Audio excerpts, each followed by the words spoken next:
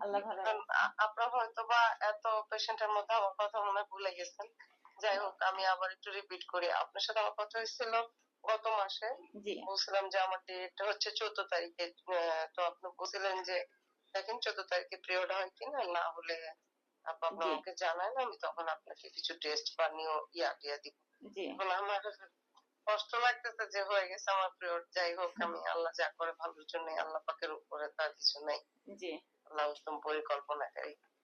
এখন আমার পিরিয়ড হয়ে গেছে আপনার শুক্রবার থেকে। আচ্ছা আচ্ছা তো এখন কি শুক্রবারে করব, হচ্ছে কি এখন গতকালকে আপনি? হয়েছেন না?